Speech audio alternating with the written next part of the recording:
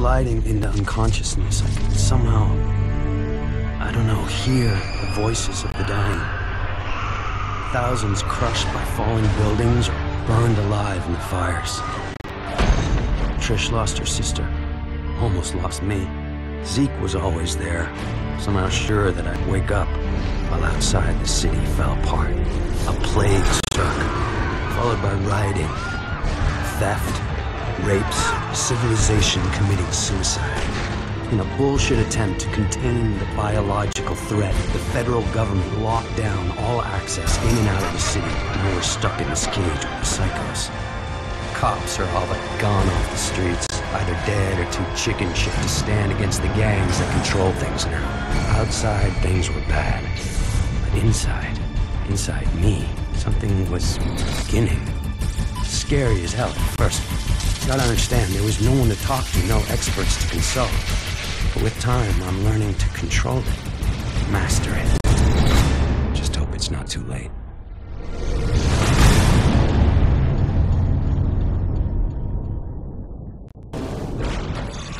That's when I caught my first sight. The Reapers. Before the blast, they were just a bunch of junkies dealing drugs. Now, they own the Neon District.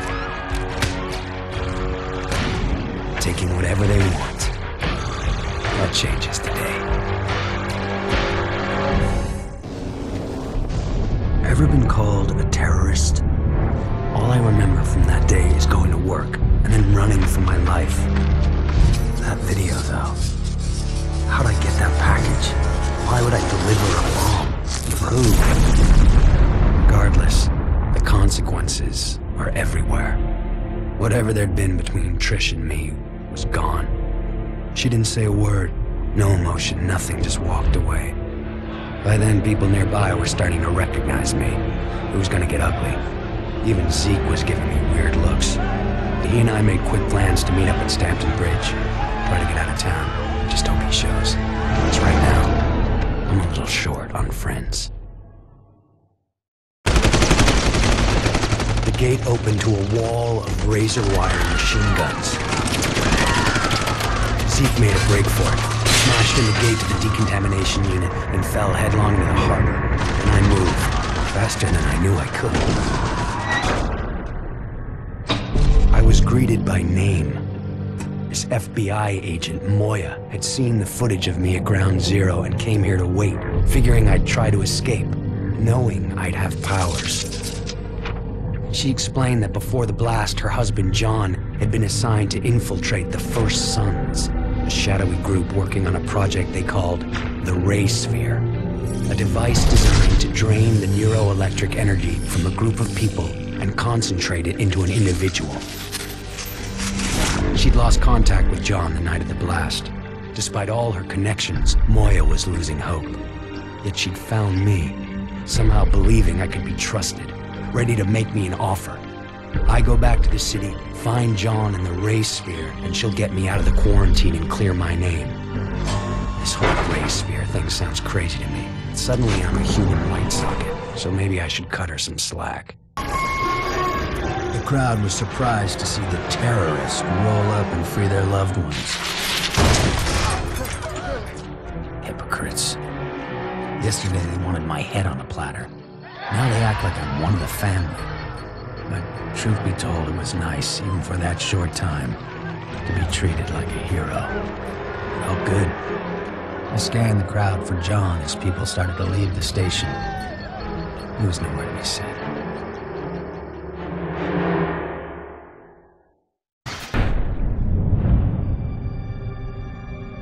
He leaped toward me, his icy fingers digging into my head. For a moment there was nothing, and then he started to show me things. Horrible things. Beyond description. And in that split second, I understood he was showing me the future. Death and destruction on an unimaginable scale. As he released me, I knew that he was responsible for all of it. That he had opened Pandora's box, and it wasn't ever gonna close, and that damn Ray Sphere was somehow involved. And then he was gone.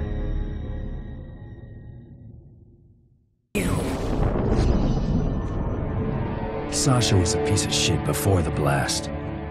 But looking at her now, is this what my powers are gonna do to me?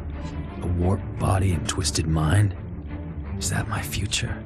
Either way, she knows all about the First Sons and their ray sphere. If I'm gonna dig myself out of this hole, it starts with her talking right now.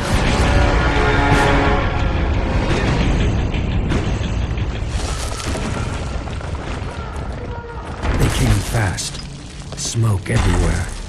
Sasha got pulled out. Whoever they were pros, trained for this kind of thing. There was no time to think. Water was pouring in and the place was falling apart. With no way back, I went forward, into the slums of the Warren. I was transfixed. Moya kept talking while I watched this man, this old, grizzled man, lift a bus with his mind. I'm strong, but nowhere near that powerful. Alden was born to the leader of the First Sons. As a powerful mentalist, he was groomed from an early age to assume control. That is until Kessler showed up. Alden disappeared into the streets, growing up scared and homeless. But there's no fear in those eyes now. No, the blast has made him powerful, gave him the tools to combat his paranoia. With a flick of his wrist, he threw the bus on top of the hospital, sending a message to anyone that would challenge him. With Trish still inside that thing, I had to act fast. Not that I could do anything to Alden. He was already gone. Zeke yanked the ray sphere out of its cradle and was caught between Alden and Kessler. It was definitely time to escape, but he just stood there, petrified. You see, through the fear, he realized that the key to his dreams, the tool to make him superpowered, was right between his hands. Asshole makes the choice to kill thousands, stealing their lives so that he'll be transformed, and then... nothing. Everyone's fine. No change at all. Kessler's first to grasp the situation, claims to know what's wrong. If Zeke brings him the ray sphere, Kessler will be able to give Zeke the powers he craves. My best friend looks me in the eye, and then makes his second mistake. Alden goes ballistic at the loss of the sphere. The tower shakes and it starts to rip apart. But I was just dumbfounded, barely felt the impact.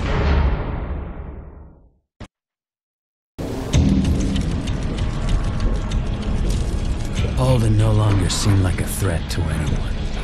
Just some old guy howling about how Kessler had stolen his first son birthright. Then he changed his tone. Claimed he wanted to work with me to get revenge, to join forces and kill Kessler. Guy must have felt my hesitation, because in that moment of indecision, he jumped. No normal man could have survived that fall, but Alden's a conduit. Same rules don't apply.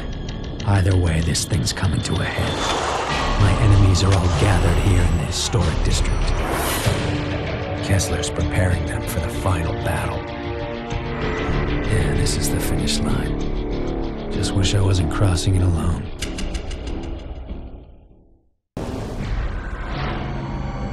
Time slowed down as Trish fell. All my powers, and I couldn't do a thing. For a second, she sprung to life, just long enough to say that she was proud of me for what I'd become. Proud that I was helping people with my powers, and that she loved me for it. I buried her in the park alongside others who died since the blast. Kessler's gonna pay for this. I'm gonna find that sick bastard, and I'm gonna kill him. Trish's crumpled body flashes through my head. I think of Amy, Zeke, and I hit that sphere with everything I've got. But something goes wrong. The ray sphere cracks open, creating a vortex of energy. John's pulled in, and it tears him apart. And I run. John and the ray sphere are gone, reduced to ashes. Nothing went according to plan. But at least the ray sphere is out of the picture. I looked down at Kessler, reveling in my victory. And then I heard him whisper, "Trish, I love you. Please forgive me." Then he was on me, fingers digging into my face. As Kessler's secrets played out in my head, I finally began to understand. I saw his nemesis, a beast intent on extinguishing all life. In those early days, Kessler could have used his powers to stop it, but instead he fled with his family, leaving others to fend for themselves. Hunted for years, Kessler and his family watched as the rest of the world went to hell. And then it was too late. Too late to fight. Too late to save anyone. In that moment of failure and grief, he used his newest and most dangerous power. He went on a one-way trip back in time, attempting to rewrite history. Kessler seized control of the First Sons and accelerated the Ray Sphere's development. Decades spent plotting the blast, organizing the quarantine, finding me. Yet the thing that drove him forward, Kessler's sole link to the past, was a picture from his wedding day, when he married Trish, with Zeke as his best man. My brain lurched, unable to accept that Kessler and I were the same person.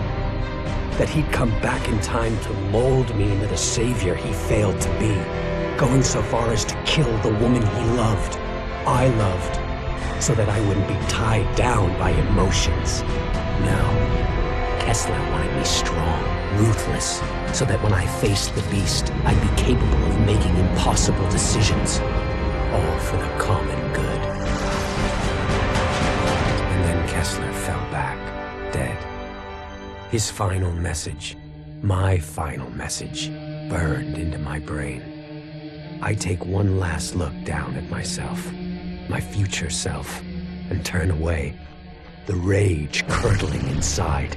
I hate everything about Kessler, but when the time comes, I will be ready.